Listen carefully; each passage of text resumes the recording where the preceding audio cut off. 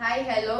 તો ચલો આપણે હવે કુકિંગ સેશન સ્ટાર્ટ કરી દઈએ આ મંથનું, જુલાઈ મંથનું. તો આજની રેસીપી છે દલિયા પોરીજ, કારણ કે કાલે છે સવારના સન્ડે. નાસ્તામાં ખાશું દલિયાની પોરીજ અને આવશે બહુ જ મજા. તો એની માટે જો મેં લીધી છે મીડિયમ સાઇઝની દલિયા લીધી છે, ફાડા મીડિયમ સાઇઝના ફાડા 100 ગ્રામ છે. અને એને આપણે છે ને સૌથી પહેલા 2 આવા ચમચા ઘીના લેશું, જેમાં આપણે એને થોડી 3 થી 5 મિનિટ માટે શેકશું, બરાબર. અને પછી આ ગરમ થાય ને ઘી, તો જો 1 કે 3 પાણી લેવાનું. પ્રેશર કુક કરશું આપણે દલિયાને, 3 સીટી વગાડશું, બરાબર. હવેનું સેશન હશે લીગલ સેશન મંથ એન્ડમાં on child labour in India. જો આ છે 100 ગ્રામ મીડિયમ ફાડા, બરાબર. એને ડ્રાય રોસ્ટ ઘીમાં આપણે 2 મોટા ચમચા ઘીમાં 5 થી 6 મિનિટ આપણે આવી રીતે ધીમા તાપે રોસ્ટ કરશું ઘીમાં. અને જે 3 છે ને, એટલે જો 1 2 3, બાકીનું કુકરમાં જોશે.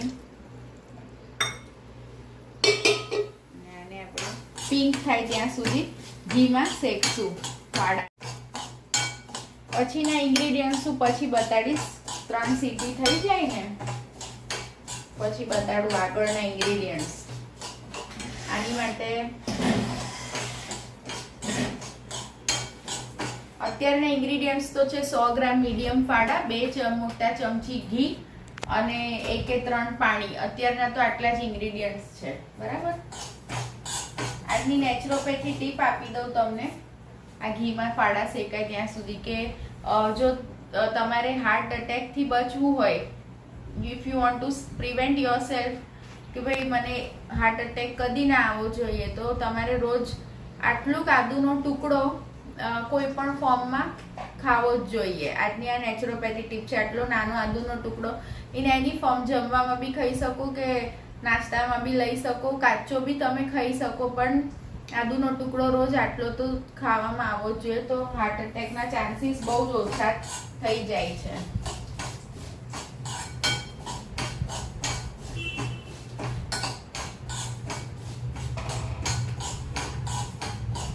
Please do like, share and subscribe my channel. Don't forget to subscribe my channel.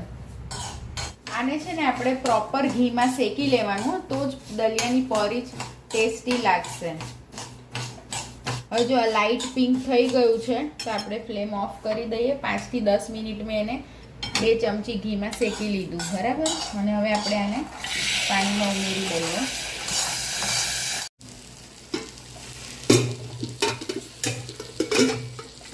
Pressure Cook કરશું 3 સીટી.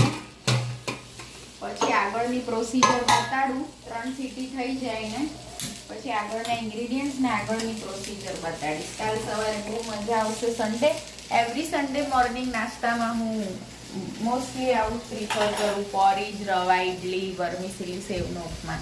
મજા આવે સન્ડે સવારના બહાર નાસ્તો કરવાની, પાછળ કિચનની પાછળ ડાઇનિંગ ટેબલ સેટ કરીને ઓપનમાં નાસ્તો કરવાનો, બહુ મજા આવે. ચલો હવે તમને સેકન્ડ પાર્ટના ઇન્ગ્રેડિયન્ટ્સને ઇન્ટ્રોડક્શન દઈ દઉં.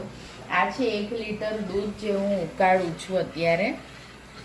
હજી 1 બોઇલ નથી આવ્યું, 1 બોઇલ આવે ત્યાં સુધી ઉકાળીશ. પછી આ છે મોટા 2 ચમચા મિલ્ક પાવડર મેં યુઝ કર્યું છે. જો અમૂલ્યાનું dairy whitener milk powder, okay. પછી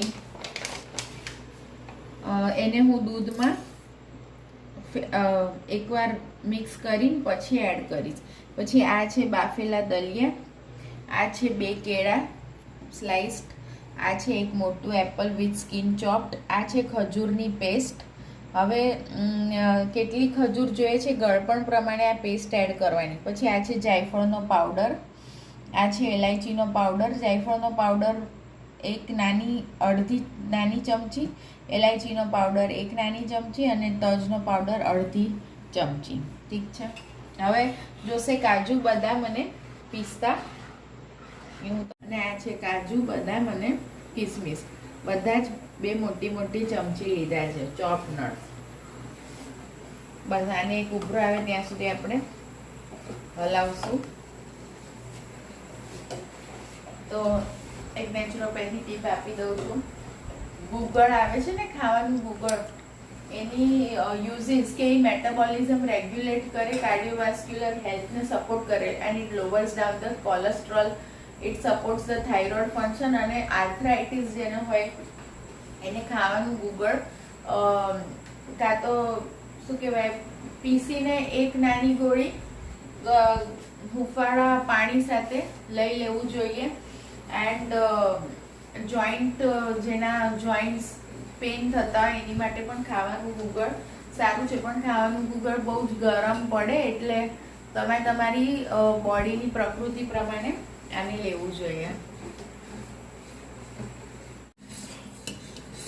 એક આવી ગયો બરાબર. એટલે સૌથી પહેલા આપણે હવે એડ કરી દઈશું દલિયા. એડ કરવા પહેલા આપણે મિલ્ક પાવડર એડ કરી દઈએ એટલે એક થિકનિંગ પણ આવી જાય.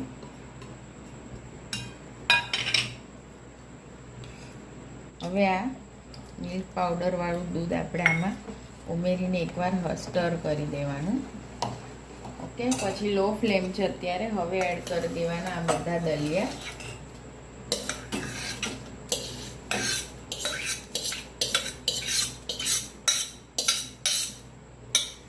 દલિયા જેવા એડ કરીએ પછી હવે જો આને આપણે દલિયા નાખ્યા પછી 5 મિનિટ બોઇલ કર્યું. હવે આપણે આમાં ખજૂરની પેસ્ટ સ્વાદ મુજબ નાખવાનું. આપણને કેવું ગળપણ ભાવે છે અત્યારે અડધી નાખી જોઉં છું, પછી જોઈશ ગળપણની જરૂર હશે તો બીજી ખજૂરની પેસ્ટ એડ કરશું. આની જગ્યા પર તમે ગોળ ગ્રેટ કરીને પણ નાખી શકો. મેં ટેસ્ટ કર્યું તો મને ગળપણ થોડું ઓછું લાગે છે તો હું આ બાકીની પેસ્ટ પણ ઉમેરી દઉં છું.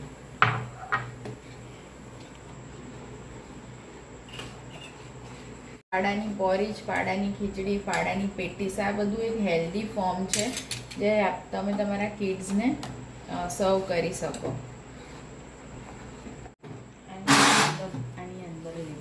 25 થી 30 ખજૂરની આ પેસ્ટ હતી. ઓકે, હવે આપણે નાખશું આમાં જાયફળ, નાખશું આપણે ઇલાયચી પાવડર અને તજ. પછી આપણે આમાં નાખશું આ બધા જ ડ્રાય ફ્રૂટ્સ. ઓકે, કાજુ, કિસમિસ, બદામ. હવે જેવું આપણે આને છે ને થોડુંક મિક્સ થઈ જાય ને એટલે એક બોસ ખાલી એક જ ચન આપવાનું, એથી વધારે નહીં. અને જ્યારે આખું રૂમ ટેમ્પરેચર પર આવી જાય પછી જ બધા ફ્રૂટ્સ એડ કરવાના. પછી ફ્રીઝમાં મૂકી દેવાનું ઠંડુ ચીલ. કાલ સવારે ઉઠીને નાસ્તામાં મજાથી ખાવાનું. બરાબર. બસ ફ્લેમ ઓફ કરું છું અને આપણે એને લઈ જઈએ ત્યાં બોસ ફેરવીએ. Please do like, share and subscribe my channel. Don't forget two subscribe my channel. જો આટલું જ એક બોસ ફેરવવાનું, એક ઝટકો જ આપવાનો.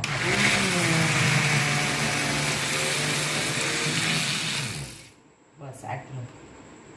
Like, share and subscribe my channel. આપણે રાહ જોઈએ અને ફાડા પરીશને રૂમ ટેમ્પરેચર પર આવવાની, પછી ફ્રૂટ્સ એડ કરશું. જો આ રૂમ ટેમ્પરેચર પર આવી ગયું છે તો આપણે આમાં ચોપ્ડ એપલ વિથ સ્કિન ઉમેર્યા છે અને બનાના સ્લાઇસ્ડ 2 બનાના ઉમેરી દઈએ.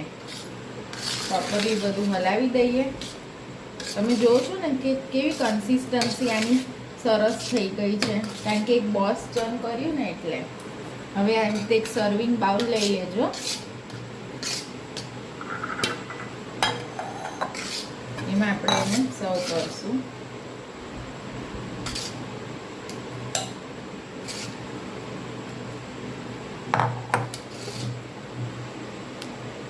આમાં અમુક લોકો થોડુંક મધ પણ ઉમેરે છે, પણ મને મધનો ટેસ્ટ નથી એમાં એટલો ગમતો તો હું નથી એડ કરતી. 1-2 ચમચી મધ ઉપર ડ્રીઝલ કરે છે થઈ ગયા પછી. આ મારી દલિયા પોરીજ રેડી છે for the Sunday morning breakfast. It is a healthy breakfast. તો હવે આપણે એને સેટ કરવા, અહીંયા સેટ નથી કરવાનું, મતલબ ઠંડુ કરવાનું છે. ફ્રીઝમાં મૂકી દઉં, સેટ નહીં. હવે આજની આ રેસીપી કમ્પ્લીટ અહીંયા થઈ ગઈ છે. તો please do like, share and subscribe my channel and good night.